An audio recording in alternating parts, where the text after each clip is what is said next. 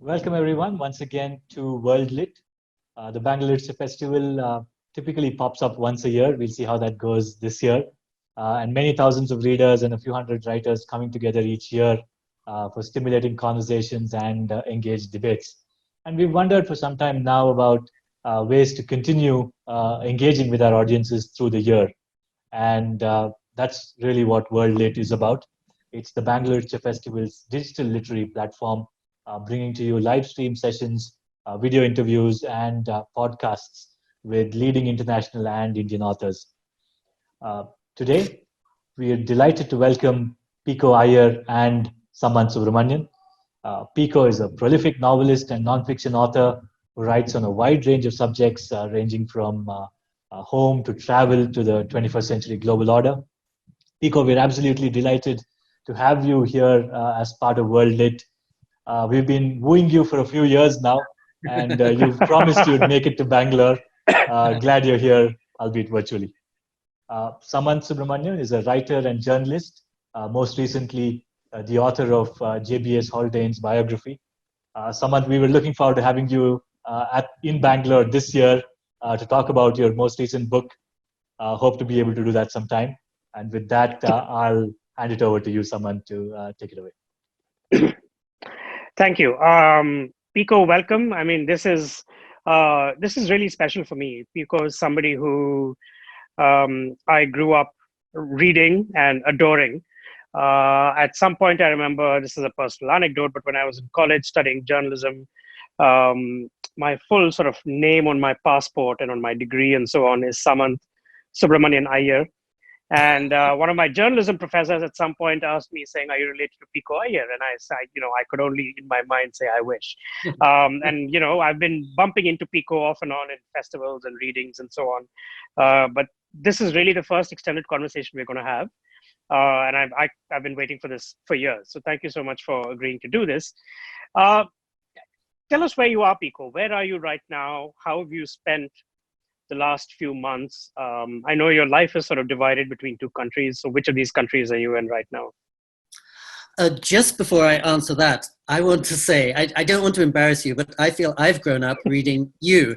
And honestly, I read your book, This Divided Island, for the third time last month. I was actually taking notes, and it's given me huge hope for the future of writing and for brilliant reporting. And I feel what I and my generation have done, you're really bringing into a whole new world. So it's a huge honor for me to talk to you, and I'm so thank you.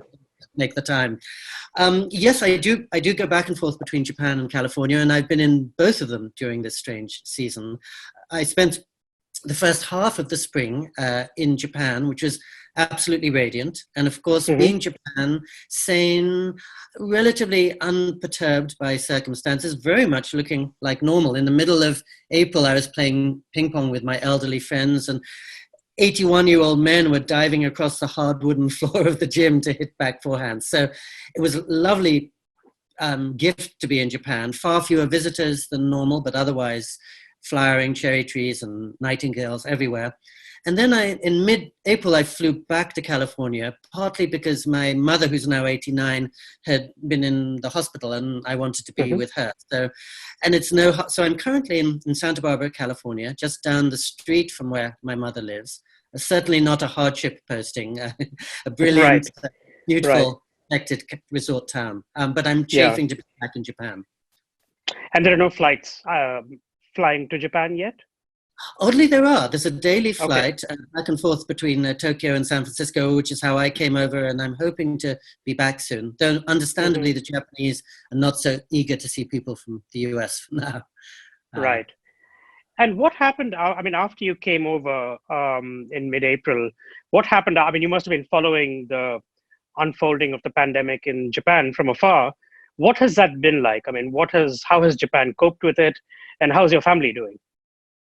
Well, thank you. I mean, one of my embarrassing secrets is I try very hard not to follow the news. And during this pandemic, especially no more than 2 minutes a day, if that. So you may well know more about what's happening in Japan than I do. My family and everybody seems fine. Japan apparently has opened up almost entirely. And as, again, you know, maybe more, they've somehow navigated this whereby there hasn't been testing, but there have been very, very few cases. And I think it's partly because in Japan, people are used to wearing masks anyway during the winter to protect others from germs. And also, of course, a very obedient and disciplined and extraordinarily clean culture. So I think they have exactly the right sensibility for knowing how to deal with catastrophe. And it's interesting, I think I almost moved to Japan because I felt it was such a seasoned elder at dealing with suffering compared with the United States.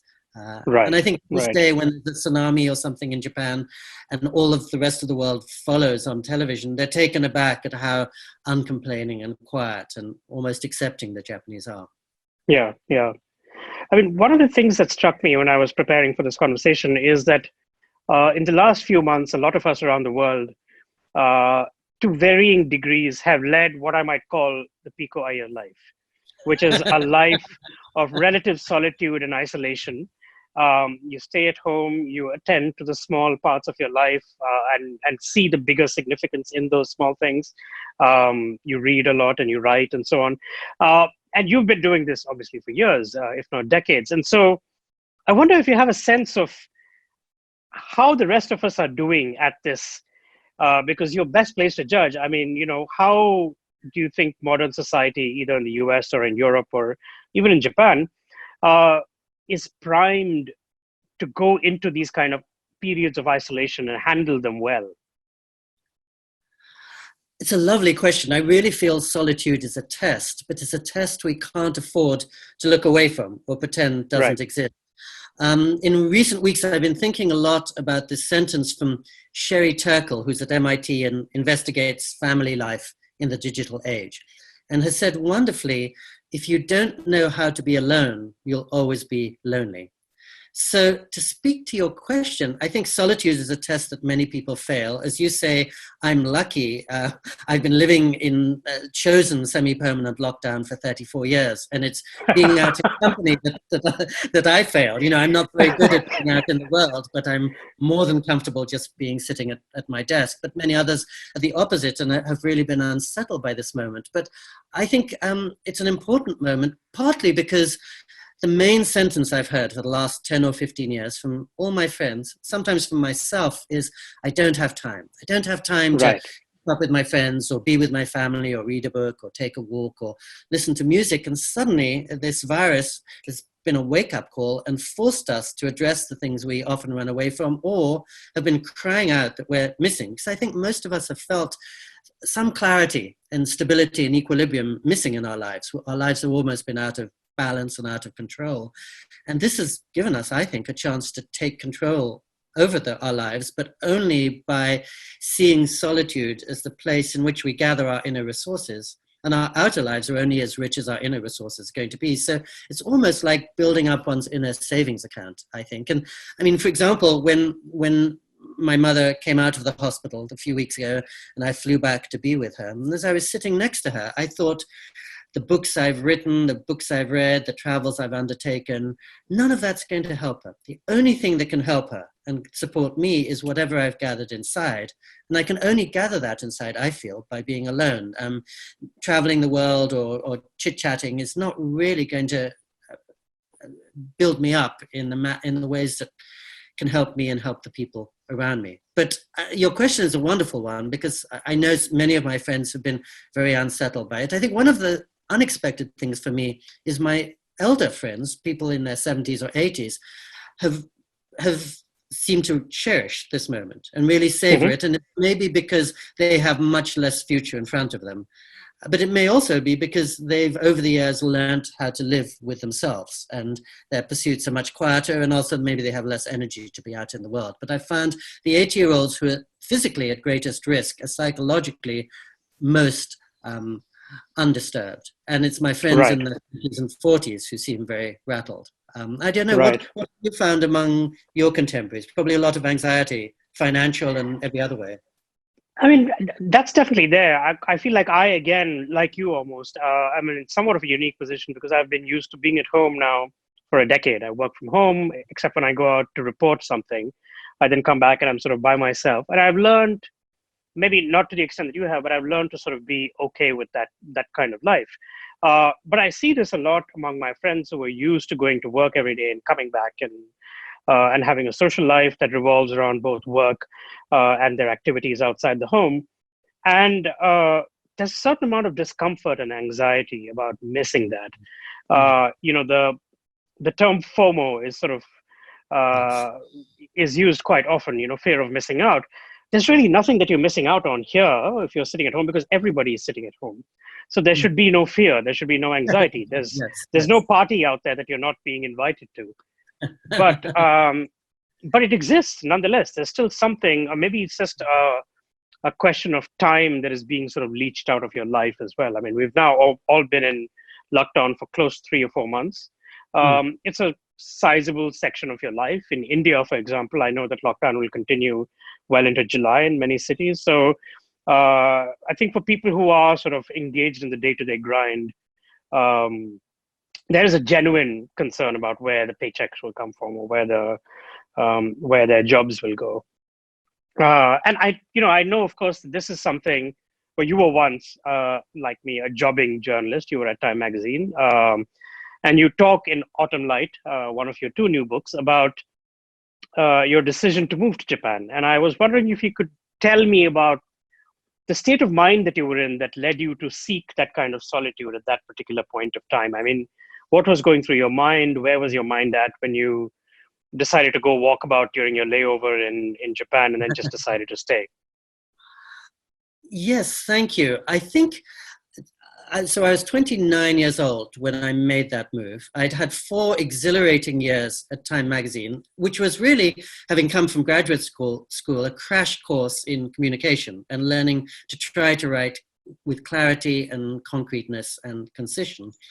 But unlike you, I think I was in this curious position whereby I was writing vivid eyewitness accounts of places I had never seen while sitting in my New York office. So first I thought far more interesting and vital to engage with them firsthand than write about them from afar. But I think more deeply, I felt that growing up, especially as somebody born in England, I had partaken of the gospel of possibility and the beauty of the future tense, which is the main thing America has to offer. And as I neared 30, I thought, well, now I need to learn about reality. And now I need to move from learning about the pursuit of happiness to learning about the reality of suffering, that Buddhist truth. So as I was intimating before, in some ways I moved to Japan as one would consult a wise elder who'd spent 1400 years living with grief and loss and difficulty and negotiating it quite calmly.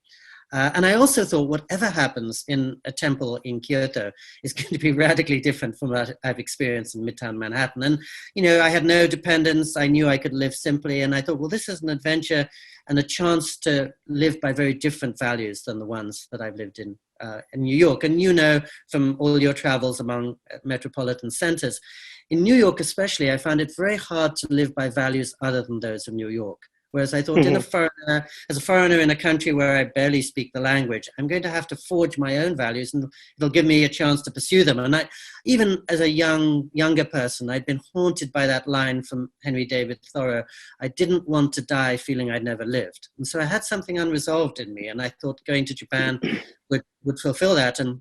And it did. I think it did. And just before I forget, I loved what you were saying a minute ago about fear of missing out. And what you brought home to me in what you said was this moment has allowed us to open our eyes to everything we've been taking for granted. So I've been thinking about how for many people, this virus moment has allowed us to remember how nice it is to be with family, to have home-cooked meals, to take walks around the neighborhood. But I think you also pointed out, for those who are in an office, it reminds them of the beauties of being in an office. Probably when you're making the commute every day, you're complaining about that process. But now people stuck at home are remembering how they miss the camaraderie, they miss the jostle and friction and stimulation of being with other people. So any form of deprivation actually opens our eyes to the things that we haven't been noticing enough, maybe. That's true. One of the things that I've been reading a lot about is how people during this lockdown have come to terms with what is important in their lives. What, as you so nicely put it, what feels real and what doesn't feel real. What are the values that you need to cherish, and what are the values that you've been chasing that are perhaps a little hollow or false. And you clearly at this age, at 29, when you decided to make this move, there was, it's unusual for somebody who's 29 to come to that realization. And could you sort of, in as sort of a snapshotty way as possible, tell us what brought you to that stage where you could, at the age of 29 even, come to think about these things such as values and reality, and this exercise of weighing what is important and what isn't, when people much older in the modern age still fail to do it unless it's imposed on them artificially in the form of lockdown? I think it's easier to do when you're young and when you're freed of responsibilities. And of course, I'm retrospectively placing, wisdom and importance on what was probably just an intuitive wish to try something new, and the feeling that I'd got what I could possibly learn from New York City and Time Magazine, and now I had to move on to the next thing. But it all came, as you mentioned a couple of minutes ago, from just this unwanted 20-hour layover in Tokyo airport on my way back from Hong Kong to New York City, as I walked around the little town of Narita. And late October day, blazing blue skies, first pinch of coming cold and approaching darkness. And something in that moment pierced me. And I felt, I know this place. And I know this place better than I know the street on which I grew up in England, better than the apartment where I live in New York City. And if I don't come back here, something in me is always going to be unsatisfied. And I'm going to spend the rest of my life in New York wondering what it might be to live in Japan. And so since I was relatively mobile and since my needs were simple, I thought I've got to put this intuition to the test. And the older I've got, the more I trust intuition, and the more I realize that any decision I come to rationally by weighing up pros and cons is unlikely to have real force. I'm much more trusting of the moments that come to us inexplicably. So that was one such, just an unwanted layover, and I felt such a sense of familiarity and recognition. I thought, I have to act on this. And so by the time we boarded my plane back to New York, as you know, I decided to move to Japan, and I did 3 years later. And I think it was just, New York was a wonderful place both to be and to leave, because it's a crash course and an immersion in worldliness and speed and exhilaration. And in that very process, it reminds you of what you're missing, which is slowness and reflection and the chance to live more independently. So I think 4 years was just enough time to allow me to think, this place has taught me a lot, but now I need to learn from a different teacher. Right.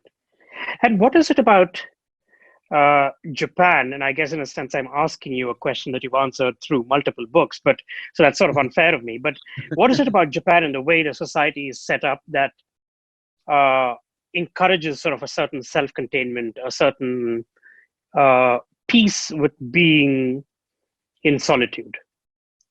Self-containment is a wonderful word, and it's an interesting word in the context of such a community-minded culture, but you're absolutely right. And I do think that I sensed very quickly that Kyoto was a contemplative place, and therefore very much the inverse of New York City. As you know, Kyoto, the ancient city, has 1,600 Buddhist temples there and 400 Shinto shrines. And although it's a busy modern city, its foundations for 1,300 years now have been those of reflection and quiet. And I suppose I felt, growing up in England and the United States, that I'd been taught how to speak, how to decorate my resume, how to push myself forwards. But Japan would be the place where I'd learned to listen, and where I'd learned to become invisible in some sense, and how I'd learned much more about inner resources than external, most of all because I was a foreigner and can speak so little of the language. So I'm kind of condemned to a useful sort of silence there. I can't chit-chat in Japan, which is too. And, as you know, I write in my book, Autumn Light, quite a lot about ping pong. And the reason I spend a lot of time on a seemingly trivial subject is when I started playing ping pong in my neighborhood in Nara 16 years ago, the first thing I noticed was that we only play doubles. And the second thing I noticed was that we choose our partners by lots, and we change partners every 5 minutes. So if you happen to lose one game, you're likely to win 6 minutes later. And the third thing I noticed was that everyone is keeping track of the score of the game, but nobody is keeping track of who's winning overall. And so the whole process of being in this ping pong club is about making everybody as happy as possible by not even thinking of winners and losers. And people aren't trying to be champions, they're trying to bring happiness to those around them. And that was so radically different a way of proceeding from the one I'd grown up with in the West. I thought it's something to learn from, defining yourself in terms of a larger whole, whether it's a community or a company or a country. And I was thinking just actually last night, when I come back to California, I sometimes play ping pong with my English arch rival. And it's very exciting, but at a certain level, it's aggravating because if I win, I can't sleep because I'm worried about how he's going to exact revenge. And if I lose, of course, I'm thinking, oh, how did I miss that backhand topspin in the fourth game? I should have got it and defeated. Whereas when I come back from the ping pong club in Japan every day and my wife says, how was it? I said, wonderful. And I can't tell her whether I've won or lost because I don't even know that. And of course, that's part of the principle around which East Asia as a whole, but Japan in particular, is organized, and something I could never have learnt in New York City, which is very much based on a cutthroat dog-eat-dog kind of mentality. It's so interesting that you say that for a couple of reasons. One is, of course, that we do also get sometimes these conflicting images out of East Asia about the competitiveness. I'm thinking of the famous South Korean high school passing examination and sort of how that determines which university you will go to. So there's that aspect of it. But then there's also, of course, as in every other country in the world, but particularly in highly networked East Asia, the internet has caught up to such a, has permeated the society to such a high degree that I'm wondering whether these qualities of self-containment, not keeping track of things like winning and losing, this attitude towards life that you described exists so wonderfully in your ping pong club, whether that continues to persist in the younger generation in a country like Japan. I mean, do you see that among people who are, I don't know, half your age or a third of your age who you tend to meet? Again, such a good question. And you're absolutely right that Japan's, one of its greatest problems is what's called the hikikomori, which is the young people who can't even leave their room. There are more than 1 million of them who are completely socially self-exiled and craving any company and much too isolated, partially, as you suggest, through the internet. And as you also say, World War II showed that Japan, like its neighbors, is by no means innocent of predatory design. Koestler in the 1950s said it's very competitive without a sense of competition, which maybe is an attempt to get to an answer to your question, which is that Toyota and Honda and Japan as a whole are competitive and individuals are much less so because they realize they make the company succeed by effacing themselves. Or really, I think of it more as a symphony orchestra in which each person plays her part perfectly and thus creates a very powerful, harmonious whole. As to how much it's changing, I speak as a romantic foreigner, and I'm surprised how little it's changing. If you asked my Japanese wife or my Japanese neighbors, they may, like older people everywhere, say, oh, we're losing the fabric of our society. Our kids are becoming westernized. They're eating on the subway. They're thinking of themselves. They're not looking after their elders. And I'm sure there's some of that. But I think the distinctive feature of East Asia, and India may have this in common, is thinking in terms of the long term. That, the famous, maybe apocryphal story about Zhou Enlai, the Chinese leader on his deathbed, being asked, what do you think of the French Revolution? Oh, too early to tell. It's only 200 years ago. And I do feel that sensibility is still there in Japan. And if not in the young people, as they get older, I think they come more and more to that. I was very struck, as you know, in the book A Beginner's Guide to Japan, I almost conclude with the wartime emperor of Japan in 1975, after 50 years on the throne, being asked, how do you think Japan has changed? And he says, post-war, pre-war, I think it's pretty much the same, which is shocking to us because to most of the world, Japan's transformation after World War II is one of the most dramatic shifts of the 20th century. But to the Japanese, it's all the same. And they say in Kyoto, the water's always moving, but the river remains the same, which is, I think, a Chinese idea essentially. But I think there's a truth to it, and that sense that Japan keeps on changing on the surface so as not to change deep down. Because anybody who gets off the plane tomorrow in Tokyo realizes it's more fashion driven and fleeting and up to the minute than anywhere. But at the level of values, it's remarkably slow to change, and I think it's suffering from its inability to change. That I think of Japan as the great outlier in the global order that hasn't got with the global problem, that doesn't speak English, that doesn't offer opportunities to women, that doesn't know how to speak the language of the world the way even China and South Korea and certainly India do well. So I think it's not changed enough for its own economic good. Though culturally and spiritually, that changedness I see as an advantage, a stability maybe. And I think because sorry, go India, ahead. I was going to ask you, India to me, when I see the shopping malls and McDonald's, whatever, constant changes at that level, but I'm wondering how much the values of India are changing. Would you say that India is similar to the Japan I've described? I think so. I mean, one of the things that I wanted to ask you about, and this is a nice sort of counterplay between Japan and India, is, Autumn Light is completely suffused with your amazing descriptions of just what it feels to be like, if you're part of a Japanese community.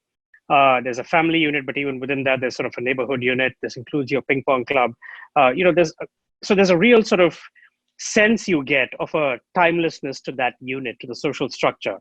And I still feel that in India quite often. I mean, I still feel, maybe the extended joint family systems have broken down, but by and large, there's still a very thriving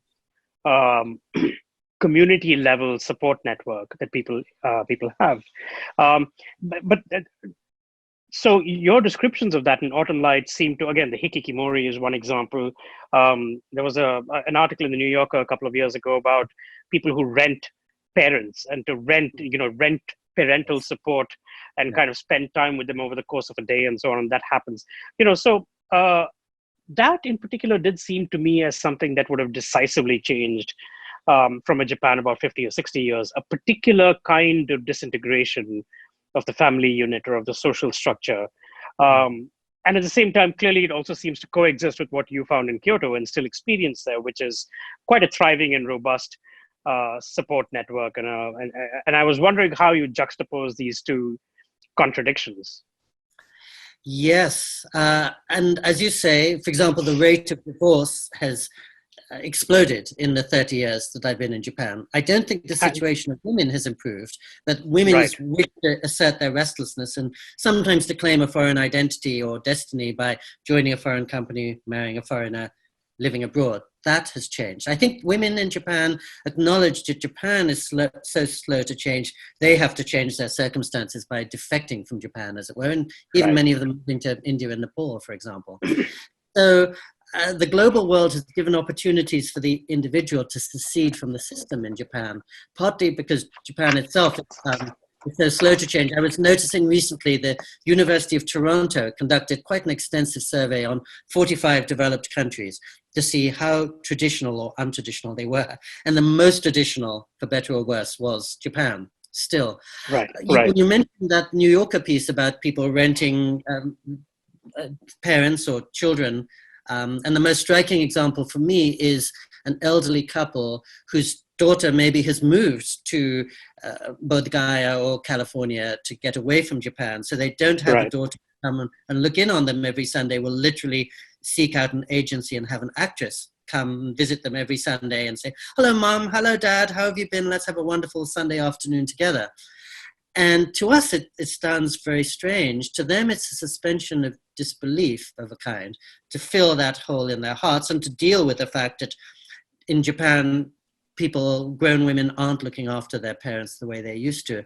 But that very phenomenon, that suspension of reality, I think is a very Japanese thing that hasn't changed. And I think the Japanese, like their Chinese and Korean neighbors, have this pragmatic notion, well, you don't actually have to go across the world to see the Eiffel Tower. Seeing a replica of the Eiffel Tower is just as good and can awaken the same sensation of wonder and surprise and beauty, which again to us often sounds strange, but is something that they are much more ready to do. The central spiritual structure in Japan, the main shrine at Ise, the main Shinto shrine, is rebuilt every 20 years. So it will always be at exactly the same stage of oldness and newness. So again, that's shocking. I can't imagine Notre Dame being reconstructed in 20 years. But the Japanese are prepared to do that because I would say maybe they're less interested in surfaces than in the values that those surfaces create or transmit.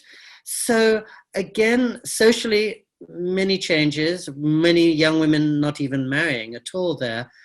But I think those social changes also reflect how slow the whole is to change. I mean, it's shocking at this point, of the 30 countries in Asia, in terms of English language proficiency, Japan is 29th, only ahead of Laos, even though it's probably the most affluent, developed, and sophisticated culture. And that speaks for a slowness to engage with the rest of the world and a slowness to be other than Japanese, which I sort of understand on the social level, because Japan has functioned so well on its own terms, so seamlessly and efficiently.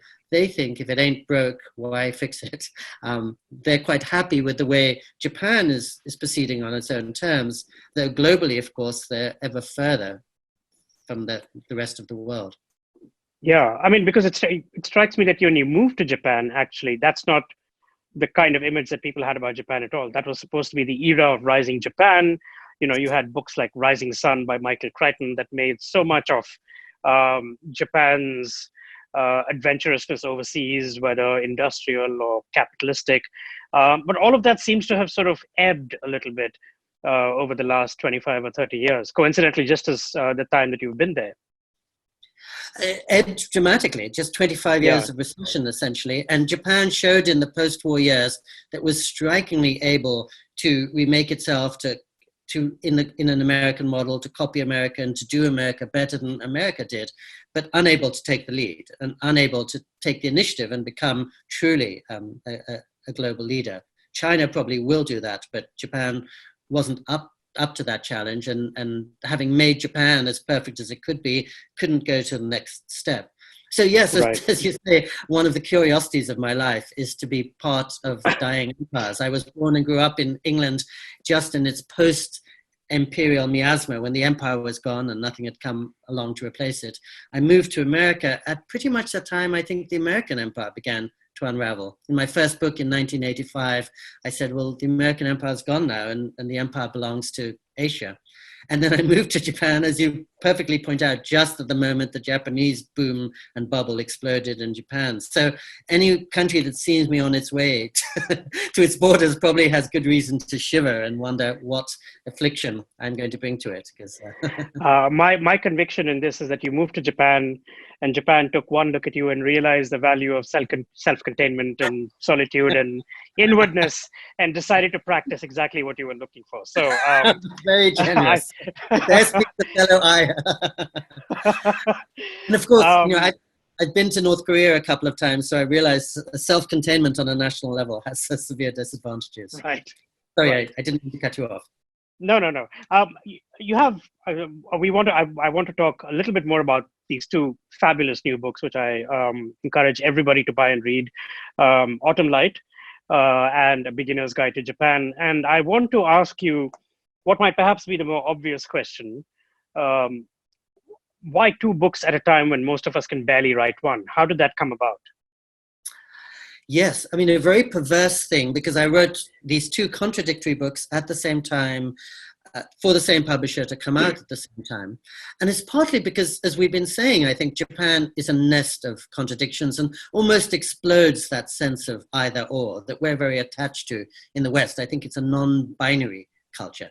And famously, if you're in Japan in the last week of every year, on December 24th, you see people flocking into Christian churches to listen to Bach and Beethoven. And 1 week later, you see them all going to the Buddhist temple to hear a bronze bell being struck 108 times to mark the purging of the sins of the year. And a few hours after that, you see them at the Shinto shrine, setting an auspicious tone for the new year. And to our more dualistic thinking, we think, wait a minute, how can you sincerely go to a Christian church, a Shinto shrine, and a Buddhist temple in the same 8 days? And the Japanese would say each of them serves a different function. It's not as if it's an either or, but it's just the way that we will consult a brother, a sister, and a father in the same week. Mm-hmm. And we're not contradicting each other, but we're speaking to different selves. It's also because I think all of us know that if you care deeply about a place or a person, your feelings are very contradictory. What you think of at 8 in the morning is very different from what you may say at 3 in the afternoon, and that in turn changes.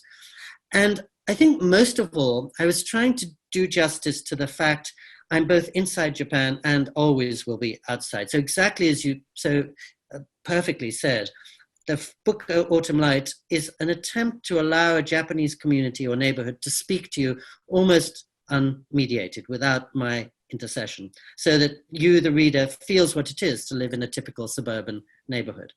And the other book, A Beginner's Guide to Japan, is much more the outsider speaking back to Japan and what many a person might feel if she arrived in Narita Airport outside Tokyo tomorrow and noticed all the ways that it's very, very different from any culture in the world. And I think what we seek out when we're looking for a home or looking for a partner is this mix of the foreign and the familiar. We want something familiar, which I felt that first day in Narita, to steady us emotionally and to comfort us and to give us a sense of continuity.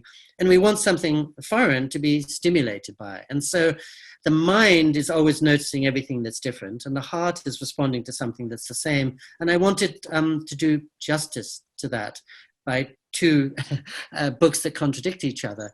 And also I wanted to make it easier for the reader. So the reader who wants to give herself over to a single narrative that's a little like a Japanese movie from the 1950s where nothing seems to be happening could read Autumn Light. And a person who wants a torrent of tweets or haiku about Japan and have her mind shaken up can turn to the other book. And then the perverse kind of reader, as generous as you, can read both of them and try to put these two incompatibles into the same sentence. I love how your only concession to social media is to write a book in the form of social media messaging, which is fantastic. Well, actually, that speaks to, I'm going to ask you a question in a minute. Sure. It speaks to, and it'll come out of what I say now.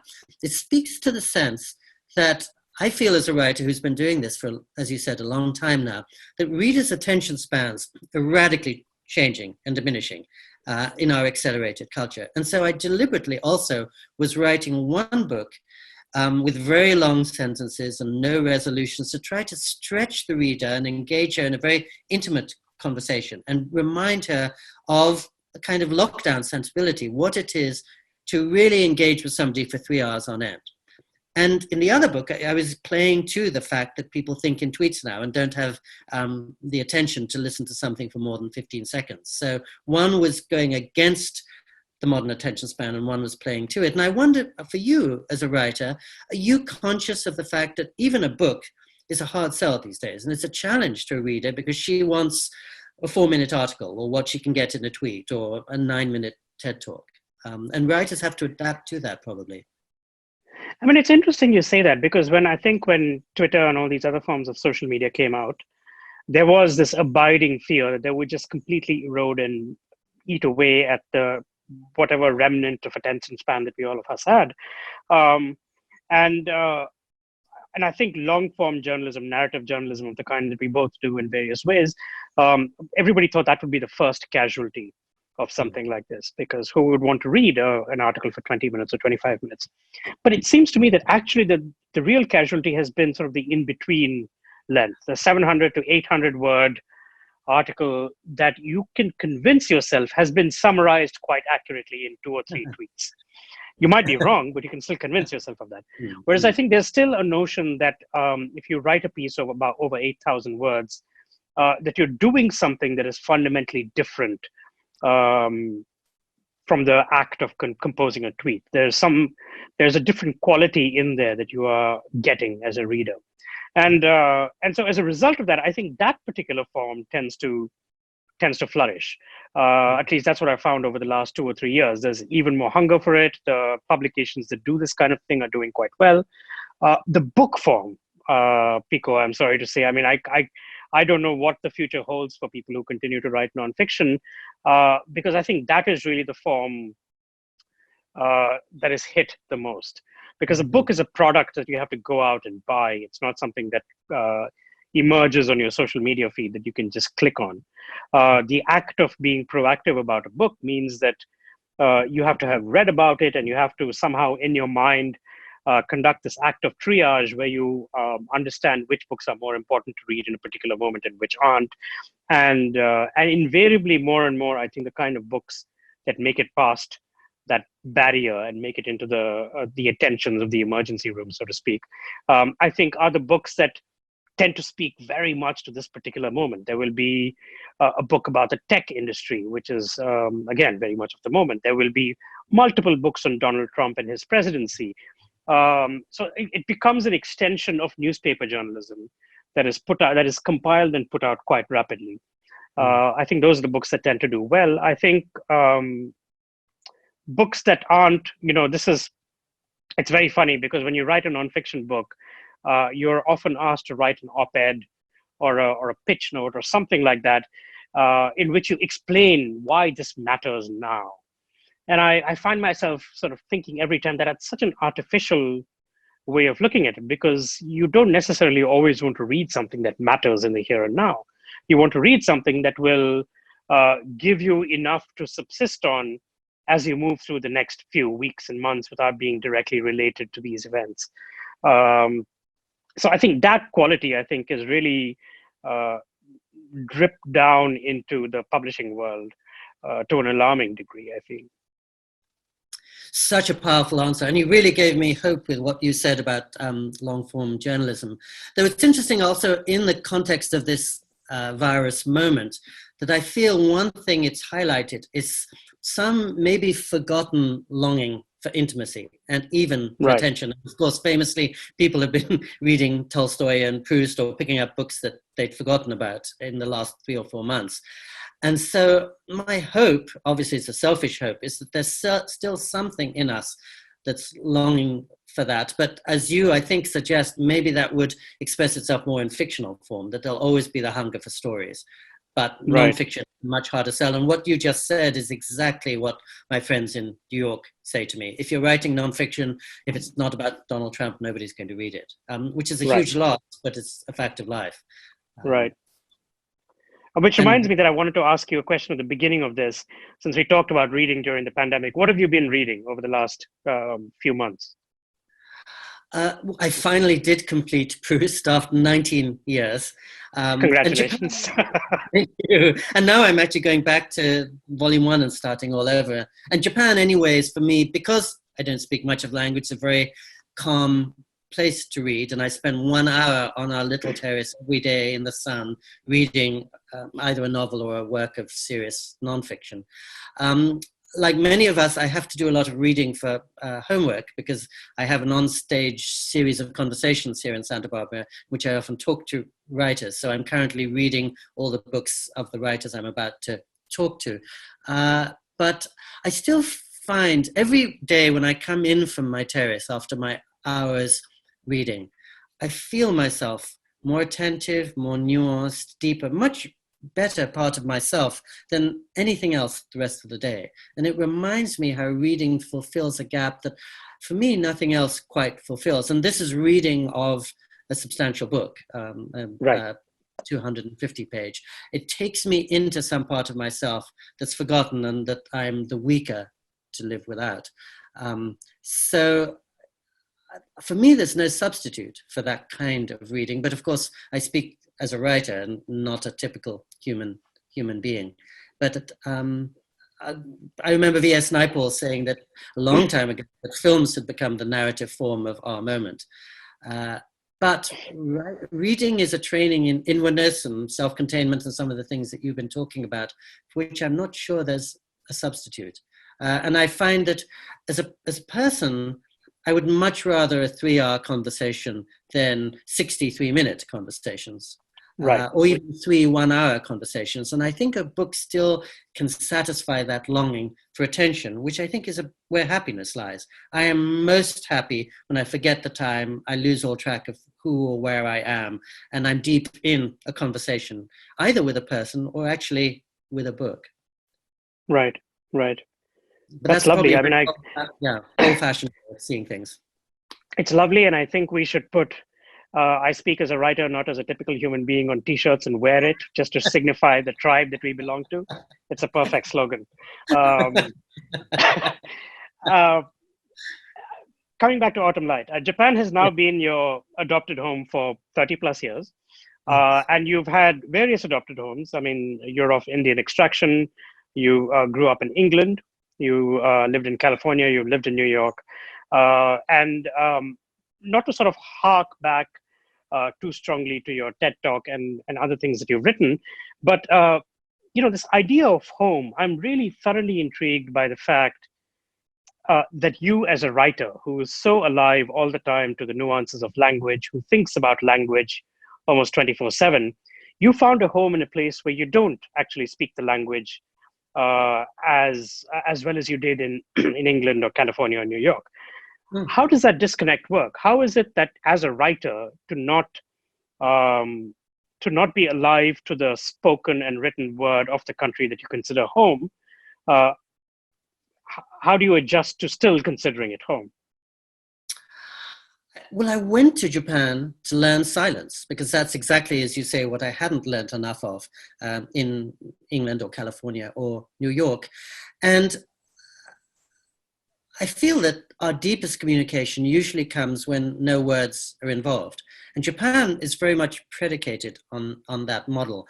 When we talk about economy in Japan, they're very economical with words and very economical with expressions. And when it's an extremely hot day, everybody will come into my neighborhood post office and say, "Atsui desu ne," isn't it hot? Exactly the same words in exactly the same intonation.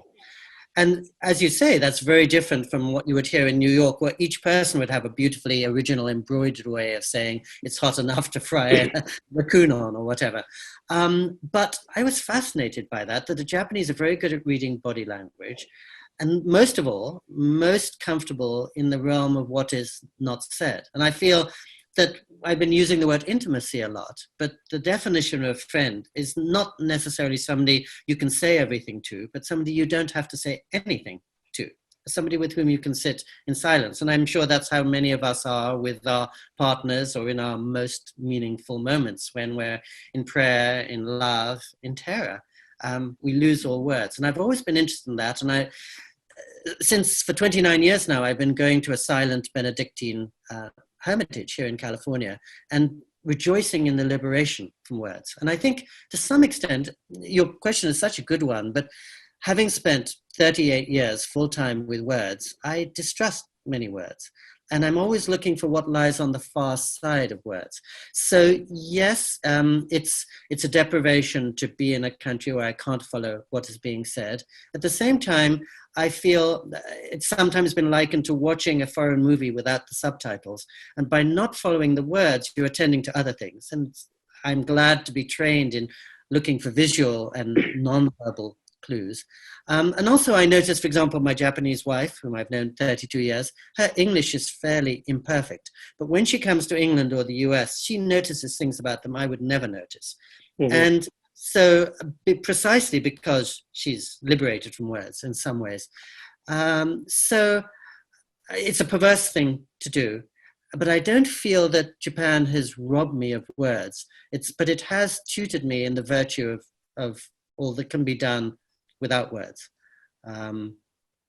And I find I don't miss the words. You're absolutely right in suggesting I will go weeks on end really without speaking English in Japan, right. And I don't speak much Japanese. And it's that principle, Japan is the land of subtraction rather than addition. And I'm very Indian and always will be. And I think of India as the maximalist multiplication play. Every street, every thought, every temple is very, very crowded. And Japan is exactly the opposite. And you go into a traditional tatami room and there's nothing there except a scroll and a vase. And because there's nothing there but those two things, you bring all your attention to them and you find everything you could want and much more just in that scroll or that vase. And so almost living without words is the same process for me. It teaches me attention and it trains me to find as much as possible out of every word. Mm-hmm. So it's not what everybody would do, but in the case of these two books, as you saw, they're both very short, and I worked for 16 years on each of them. And in each of them, as you also suggested, I was working with 32 years of experiences and emotions and encounters. And part of the interest of that was trying to keep out as much as possible. And you as a writer, one of the things I love about this divided island is the sense of space between the sections, the silences within. It's written with great restraint and understatement, I feel, and that's what gives it a lot of its power. It's not a wordy book. And in these two books, I was trying to make the silence between the sentences and sections speak as much as the sentences themselves, partly because, as you know, the book Autumn Light is about absence. And it begins with the death of my father-in-law. And it's about that sensation we all know, whereby when you lose somebody through a death or through a breakup, that person is more present and more around you and more inside you when she was alive or when she was part of your life. And that absence is more potent than presence. Often silence is more eloquent than words. And that sensation that we all know when you go into a loved one's room when she's not there, and you see the postcard that she's pasted up on the wall, and you read or you look at the diary that she has on her dresser, and you see her clothes. In some ways, you see her inwardly in all her longings and her vulnerabilities and her hopes, more than you would if she was standing right in front of you. So in these two books, having written very wordy books in the past, I wanted to sort of investigate how to make absence live on the page and how to help the reader to feel everything that wasn't being said, which is often the most substantial part of our lives. And anyone who's in a marriage, and my book is partly about 32 years of being with the same person, knows that you live in the realm where words can't touch. And so in both these books, by trying to keep things out, I was trying to force myself to go to those places and to awaken in the reader that recognition that it's in the unsaid that we're really inhabiting most profoundly. I mean, I love this reference you had to the scroll of the vase that you just mentioned, just sort of one object that by itself can just communicate so much. And it reminded me of one of the many lines that I've written down from your from A Beginner's Guide to Japan. Perfection is part of what makes Japan so wonderfully welcoming to foreigners. But deep down, of course, it's unyieldingly hospitable to people who live there, who are from there. And I was wondering if, I mean, I hate to sort of ask you to expand on what is clearly just a beautiful aphoristic line, but I was wondering if there was something more that you could tell us about these two levels at which Japan operates to foreigners and to the people who are from there or who live there, and what makes it, as you said, unyieldingly inhospitable. Well, I love the fact you mentioned two levels, and that's exactly why I wrote two books to speak for those two levels. And in one book, I'm almost like a quasi-Japanese in Autumn Light, and in the other, right, I'm very much a foreigner in A Beginner's Guide. So yes, I would never want to be Japanese. Left to my own devices, I would want to spend every hour of every day of my life in Japan. And I think as a foreigner, one's living in an unusually privileged position, able to enjoy the graces and beauty and selflessness of the culture without paying the taxes, as it were, and without being subject to the intense pressures to perform impeccably, which all Japanese are. And when first I met my wife, my third week in Japan in 1987, I was drawn to Japan, which to me, as I said before, was this old, deep, wise place. And she, with equal justification, was drawn to the outside world and everything that wasn't Japan, and spoke for liberation and possibility and the chance not to be hemmed in by tradition. And I think that's one of the things I represented to her, that we were moving in opposite directions, projecting our longings on the other's culture. So I absolutely understand why many a Japanese person, especially a woman, wants to get away from Japan. And so perfection is a wonderful thing to enjoy as an observer, and it's a frightful thing to have to carry as somebody expected to be impeccable in her every act and deed. And it's more than any human is up to, really. I remember the first time I wrote about Japan, 35 years ago, in my first book, Video Night in Kathmandu, I titled that chapter Perfect Strangers. And I was referring to the way in which the Japanese are perfect hosts to this day, that we as visitors will always be perfect strangers. And I suppose the third part of it is that for the Japanese person living in this very, very clean and in some ways dogmatic society, they're told to be perfect in every way. And that's an impossible request, really. Yeah. So that begins to get at some of what was lying in that sentence, I think. Yeah. I mean, it's so interesting because when I grew up reading you, I mean, I would read a lot of the essays that, I mean, your travel work, of course, but then I really did think that you were the bard of what I might call the liminal space, you know, and your work on airports is a classic example. I mean, just these things that are neither inside nor outside, where you're never a local or a foreigner. Um, and it only strikes me now, hearing you talk about Japan, is that you have somehow constructed for yourself a fairly liminal space within Japan, where you're neither in nor out.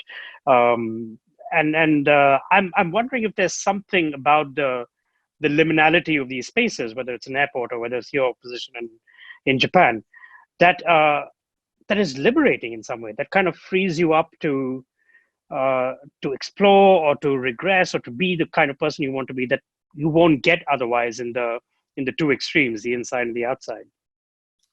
Gosh, nobody asks me questions as thoughtful as this, nor reads my work as searchingly as you. I thank you. I love that part of the liminal space. And you're absolutely right. I think many people would say, with justification, well, it's interesting that I've chosen to make a home in the most foreign, science fictive place around.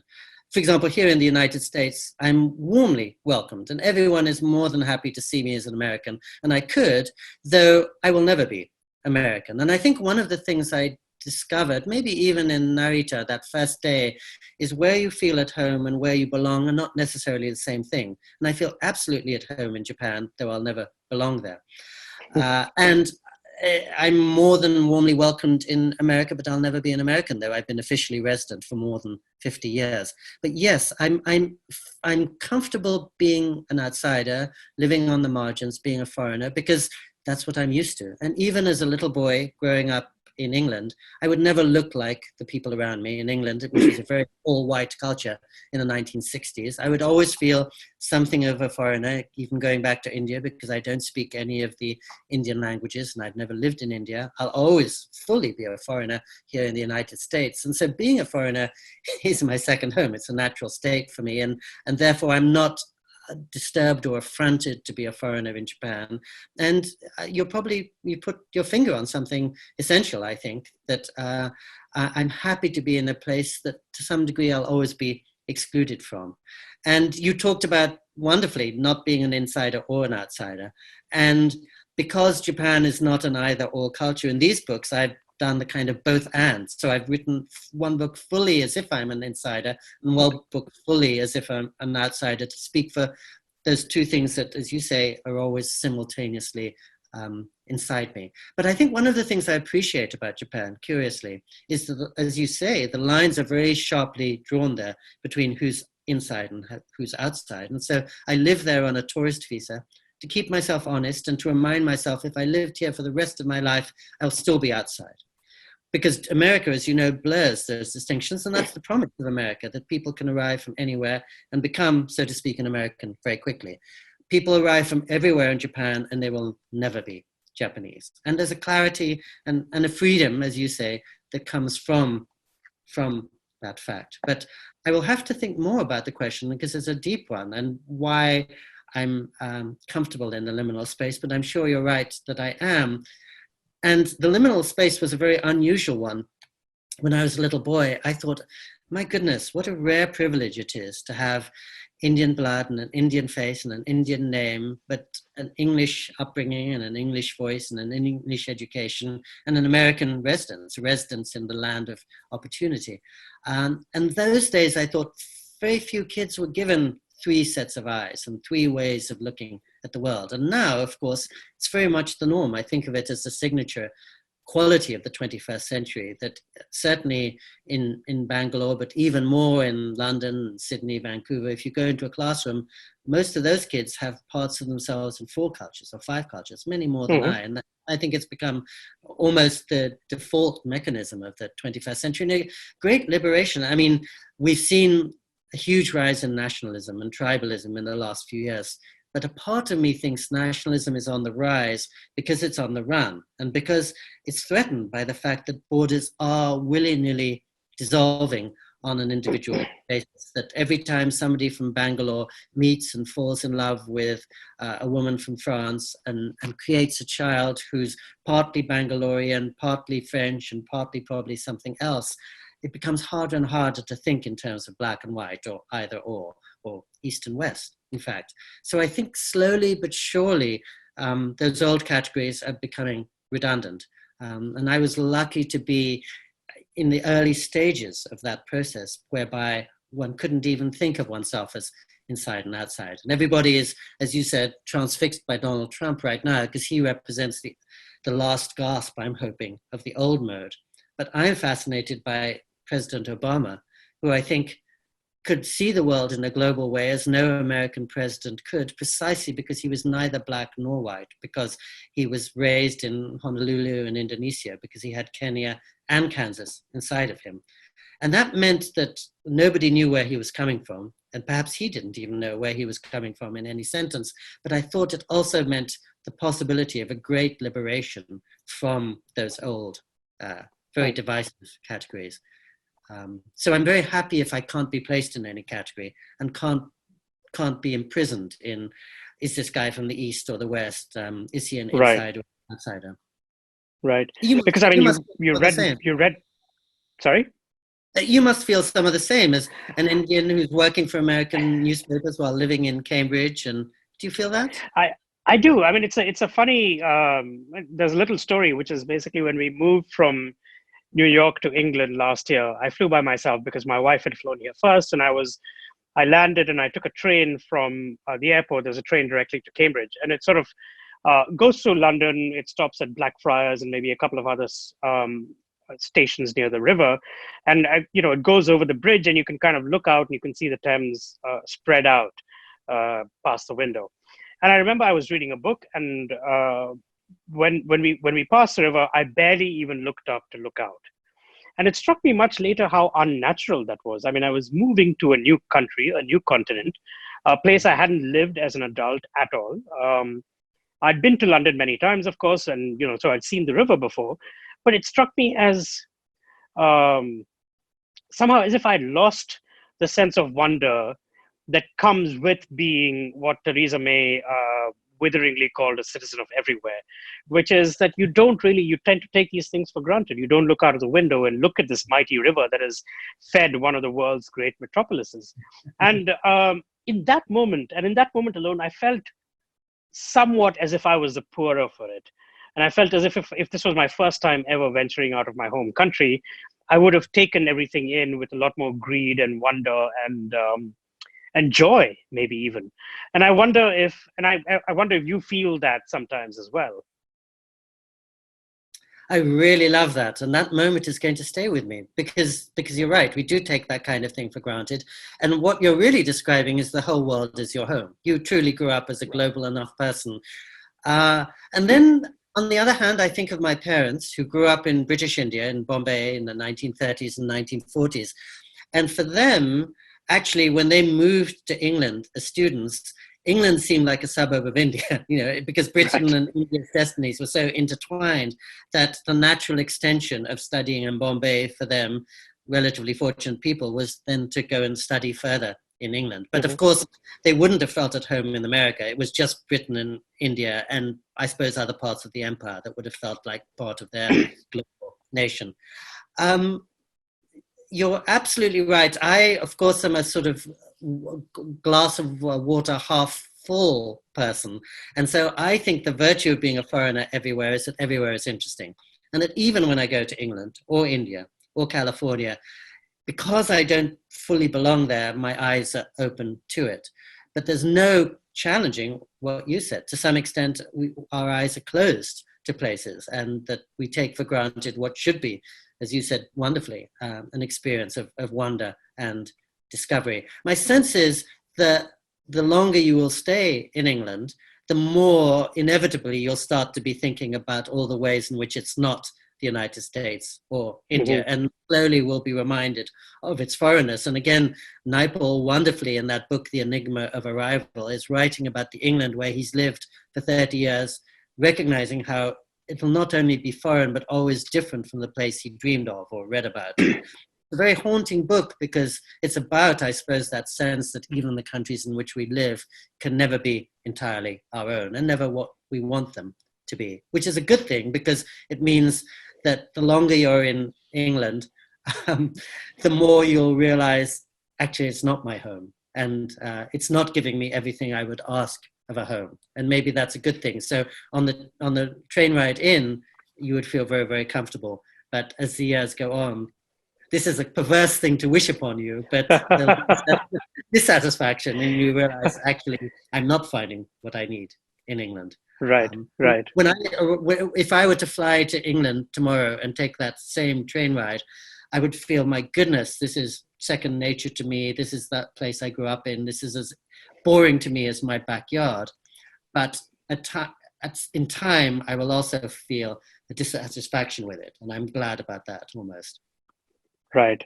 Because, I mean, obviously these questions of insider, outsider, these questions of what is home, what isn't, who is at home, where, these have political connotations, which you did talk about, but they also have very literary connotations. And the genre that you and I have both inhabited, you far more than me, which is the genre of travel writing, which again devolves around this question of what it is like to feel in a place that you're visiting for the first time, or maybe the second time, or the nth time, and how do you write about it? And so what happens, I guess, what is the best kind of travel writing to do at a point where you, like many of your readers, will possibly have been to the places you're writing about more than once?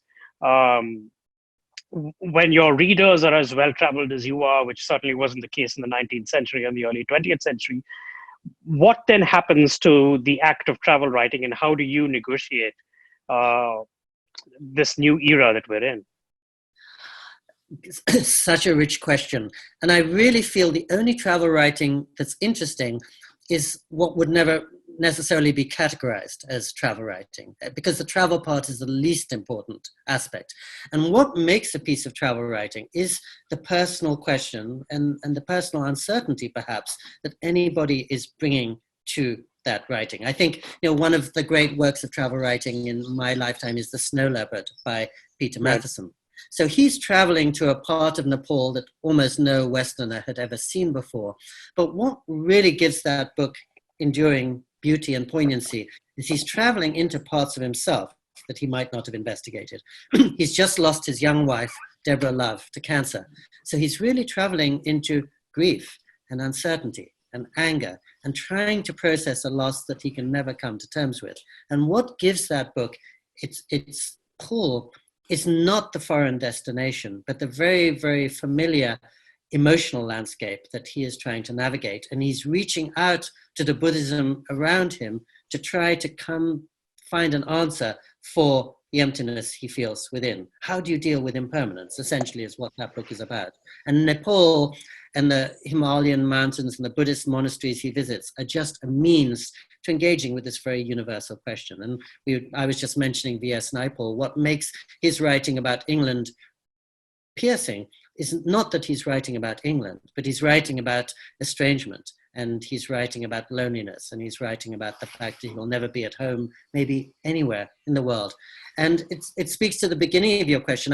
When you were talking, I was suddenly thinking about your book that I keep rereading about Sri Lanka, this divided island. And every time I read it, part of the power of that comes for me from the fact that I think you're of Tamil ancestry, as am I, and you're visiting this place where the Tamils are at war with the Sinhala, but you're not exactly a Sri Lankan Tamil. And you're coming to it from this very interesting angle in which, like me, to some extent you invested, because South Indians are at the heart of the Sri Lankan life and political landscape. But on the other, you have very little in common with the Tamils who've grown up in Sri Lanka for many, many generations. And so it's a very personal quest, I think, for you, having to do with how two different cultures live in the same place and are actually at violent odds. But I think the fact you're from Tamil ancestry brings something to it that somebody even from another part of India wouldn't have. And again, it's never the explicit subject of the piece, but it's animating and driving your questions and your restlessness and your need to go back to Sri Lanka again and again, in a way that a writer from California or London is unlikely to bring it the same way. So I think all of us in our travels, if they really stir us, it's because a foreign destination is helping us sort through a subject deeply close to home in us. And I think even when I went to Japan the first time, at that time, one of my favorite books was Narcissus and Goldmund by Hermann Hesse, which is about two people who grow up very closely. One becomes a monk and one becomes an artist and an adventurer traveling around the world. And I think even when I read that book at the age of 15, I probably felt there were parts of each of these characters inside me. And when I went to Japan, it was a way, hence my title, The Lady and the Monk, of exploring more deeply and trying to clarify to myself this very personal inner question I had inside myself. So I think travel writing is only as interesting as the questions it generates. And those questions usually don't have entirely to do with the destination, but much more with what that individual is bringing to the destination. So if I'm writing about Japan, and most of my readers are familiar with sushi and manga and Haruki Murakami novels, no problem, because it's my dialogue. It's my dialogue with this place that inexplicably fascinates me, and it's as unique as any conversation is. In exactly the same way as when you write about Sri Lanka, you're writing about it in a way that very, very few people can, because you're bringing a lot to it, and you're bringing, apart from anything, your knowledge of South Indian culture, your familiarity with the Tamil language, and your interest in this situation in which Tamils are vividly implicated, as it were. So I'm not worried about the future of travel writing, because I think travel writing is just a genre category for what is really about the dialogue each one of us is having with the environment around us. And we're drawn to certain places because they ask us questions that are close to the deepest questions inside us. And I'm glad, actually, in the course of my life, as you suggest, for 35 years of writing about foreign places, when I began in the 1980s and I would write about Cuba or Tibet, my assumption was that I was bringing the sensory details of those places to readers and friends and neighbors who would never get the chance to go to Cuba or Tibet. Now, in the year 2020, anybody who reads Samanth or Pico can access on YouTube parts of Sri Lanka or Cuba or Tibet that I would never be able to see in real life. So it dispenses with the visual sensory stuff. And when I'm writing about Cuba or Tibet, I have to write at some very deep sort of existential level. And I can't be content with just describing what the places look and sound like, because visual media can capture that much better than I can do in prose. So I think travel writing, all writing now, has to be much more personal, much more inward, and has to claim those spaces that no camera or tape recorder can bring home more vividly, which are spaces of nuance, of silence, of hesitation. So in these books that I wrote about Japan, implicitly I'm saying anyone who reads me can access extraordinary things about Japan with the flip of a switch on her iPhone. So what am I going to say about Japan, and how am I going to engage with Japan in a way that she can't get better on screen? So it's a different way of coming at the attention span question that you and I were discussing a few minutes ago. What does writing have to offer that nothing else can? And every writer has to answer that to justify the books he brings into the world at this point. Right, because I think sort of one of the unique and glorious sort of contradictions of your career always has been Pico Iyer, the travel writer who emphasizes the value of staying still. And Yes. I think with these books, with Autumn Light in particular, I feel Autumn Light is, there's yet another sort of unique and glorious contradiction embodied in it, which is it's a travel book about home, about your home in particular. It's not something that you're experiencing for the first time. You've been there for 30 years. And it's not necessarily even a book that's written to tell other people how to get there and what to do there. But it still has very much of the questing quality that is found in the best travel books. This urge to know a society better and to kind of communicate its intricacies in a way that goes beyond just as you say, the sensory or the visual or the tactile. And I think all of that brought together is that you've really written a travel book about, well, it's many things, but it's also a travel book about your home and your community.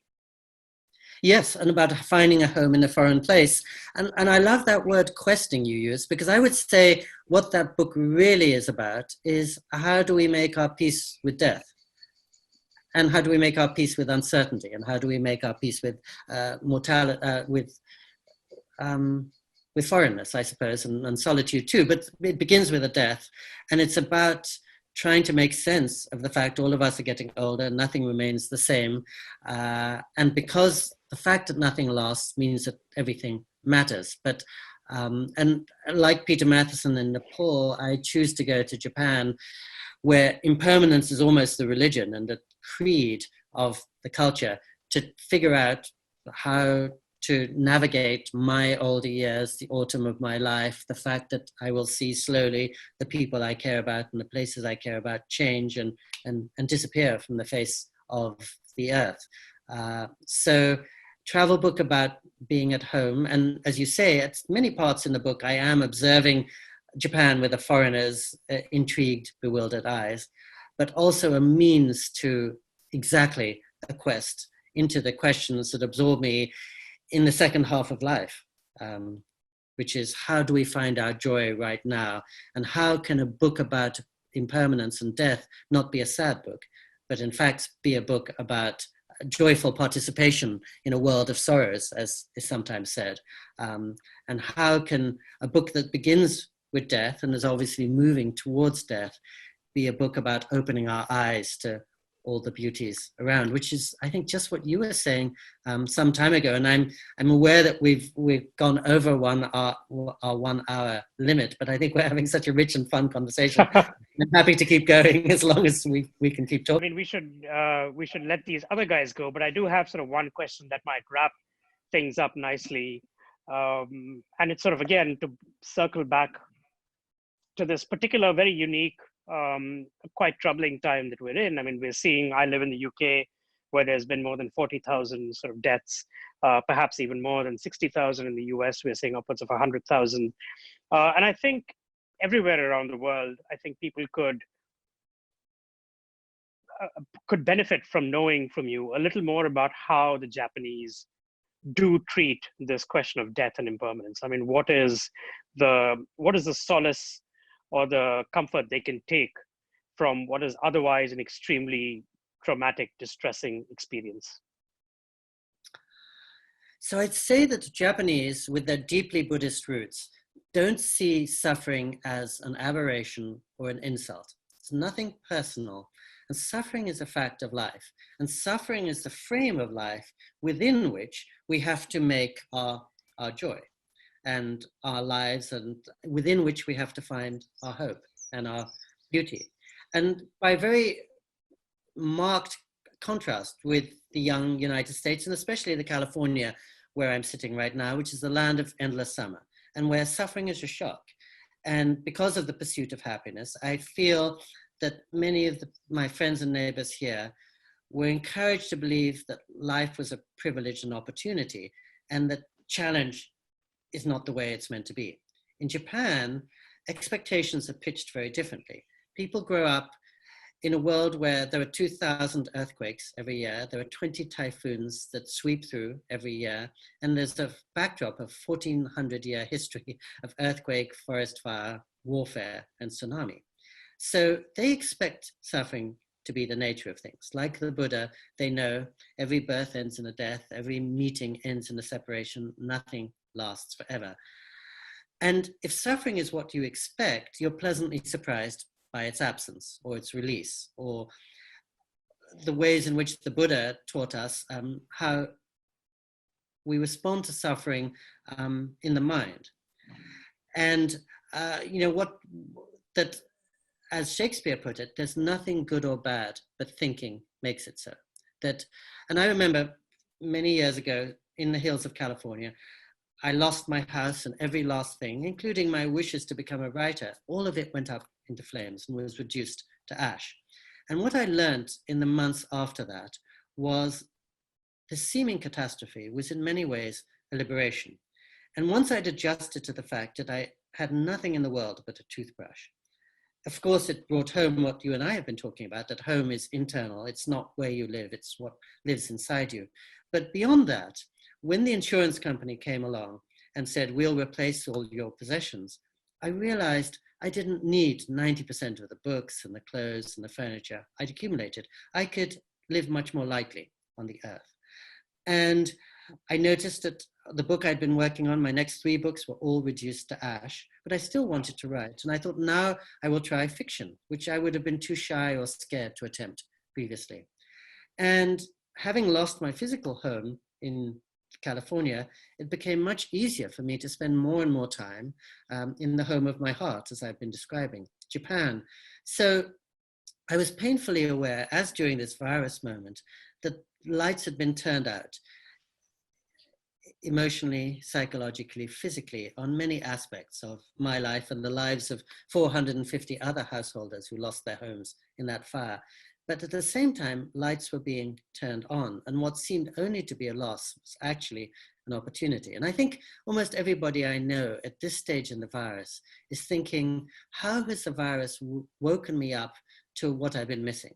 How has it enabled me to reorient my habits and my priorities and actually go back into the life as well as I can, a little differently than I was living before? We began talking about habits, I think, and working from home, because both of us do that. We practice social distancing for a living as writers. And when we talk about working from home, I think everybody knows that in the workplace you have certain priorities. But during the virus, we've been reminded that at home, we have very different priorities that are more intimate and human priorities, having to do with our emotional lives, our family lives, our inner lives. And now, as people return to the workplace, maybe they'll see how the priorities of home can make the workplace a more humane place. And that this is what we need wherever we are.